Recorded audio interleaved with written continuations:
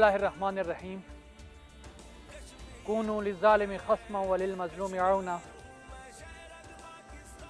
यौम यकजहती कश्मीर की मुनासिबत से मैं गिलगित बल्तिस्तान के अवाम की तरफ से, गिलगित बल्तिस्तान की हुकूमत की तरफ से कश्मीरी अवाम को जो एक अरसे से जुल्म व सितम का शिकार हैं, उनको ये पैगाम देना चाहता हूँ कि गिलगित बल्तिस्तान के अवाम कश्मीरी अवाम के साथ खड़ी है। इस तहजीब याफ्ता नाम निहाद कल्चर्ड दुनिया में, सिविलाइज्ड दुनिया में मसला कश्मीर और मसला फ़लस्तीन इंसानियत के चेहरे पर बदनुमा दाग है।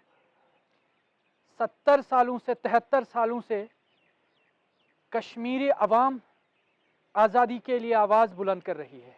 कश्मीरी अवाम हुकूक के लिए आवाज़ बुलंद कर रही है।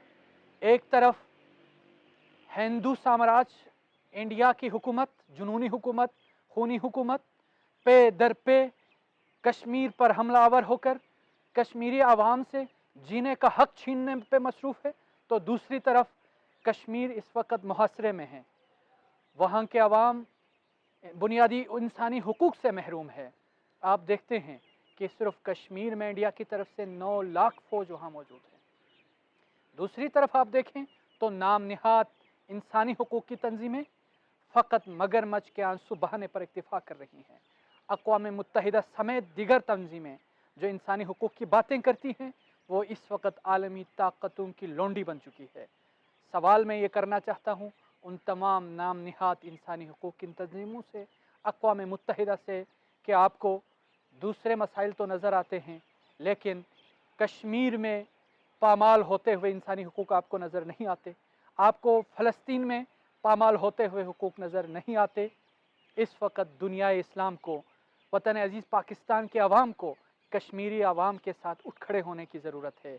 उन्हें अखलाकी पुष्टपनाही देने की ज़रूरत है और साथ ही पूरी दुनिया में कश्मीरी अवाम की नियाबत में, कश्मीरी अवाम के हुकूक के लिए हमें अखलाकी तौर पर उनकी सपोर्ट करने की ज़रूरत है और साथ ही उनको लॉजिस्टिक फराहम करने की भी ज़रूरत है, उनकी गाइडेंस की भी ज़रूरत है।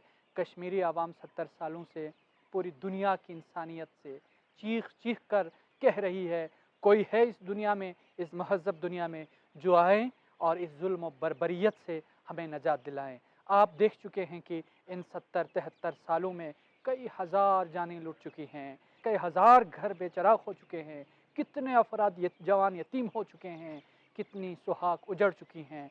और इस वक्त कश्मीर आलमी इंसानियत के लिए एक चैलेंज बन चुका है। मैं समझता हूँ कि इस वक्त सबसे पहले तमाम आलम इस्लाम को उठ खड़े होने की ज़रूरत है और वो आलमी ताकतें, इस्तिमारी ताकतें जो मसले कश्मीर के ज़िम्मेदार है, अमेरिका, इसराइल और इंडिया, ये सलासाई मनहूसा कश्मीर में होने वाले मजालिम के ज़िम्मेदार है। मुसलमान रियासतें, मुसलमान ताकतें अगर उठ खड़ी हो जाएँ, जिस तरह इमाम खुमैनी ने कश्मीर के मसले फ़लस्तीन के बारे में कहा था कि इसराइल उस दिन सफ़ाए हस्ती से मिट जाएगा जब आलम इस्लाम एक एक बाल्टी पानी इसराइल पे बहाए। बिल्कुल इसी तरह अगर कश्मीरी आवाम के साथ आलम इस्लाम उठ खड़े हो जाएं, सारे मुसलमान उठ खड़े हो जाएं, आपको मुसल्लह जद्दोजहद की शायद ज़रूरत भी ना हो, पूरी दुनिया में एजिटेशन करें कश्मीरी आवाम के लिए, पूरी दुनिया में आवाज़ बुलंद करें कश्मीरी आवाम के लिए, तो वो ताकतें जो इस इस्तेहसाल की असल ज़िम्मेदार है वो मजबूर हो जाएंगी। और हम समझते हैं कि कश्मीरी आवाम की क़ुरबानियाँ इंशाअल्लाह रायगा नहीं जाएंगी, कश्मीरी शहदा की क़ुरबानियाँ रायगा नहीं जाएंगी और कश्मीरी गाज़ी और मुजाहिदीन की क़ुरबानियाँ ज़ाया नहीं जाएगी। इसकी मिसाल अगर आप उठा के देखना चाहते हैं तो इस वक्त इंडिया में फैलने वाली बेचैनी, इस वक्त इंडिया में चलने वाली तहरीकें और ख़ुद रियासत इंडिया के ख़िलाफ़ जो अवाम एहतजाज कर रही है, जो मज़दूर किसान एहतजाज कर रहे हैं, वो इस बात की दलील है कि इंडिया की रियासत इस वक्त स्क्वीज़ हो चुकी है। उनकी ज़ालिमाना पॉलिसियाँ उनके गले की हड्डी बन चुकी है।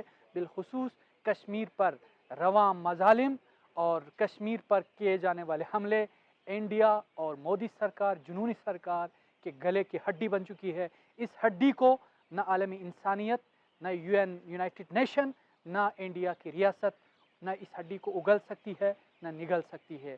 और इंशाअल्लाह हम पुरुमीद हैं कि कश्मीरी अवाम को इस्तिस्वाब राय का हक़ मिलेगा, इंशाअल्लाह उनको आज़ादी मिलेगी, उनकी लाजवाल कुर्बानियाँ इंशाअल्लाह ज़ाया नहीं जाएंगी।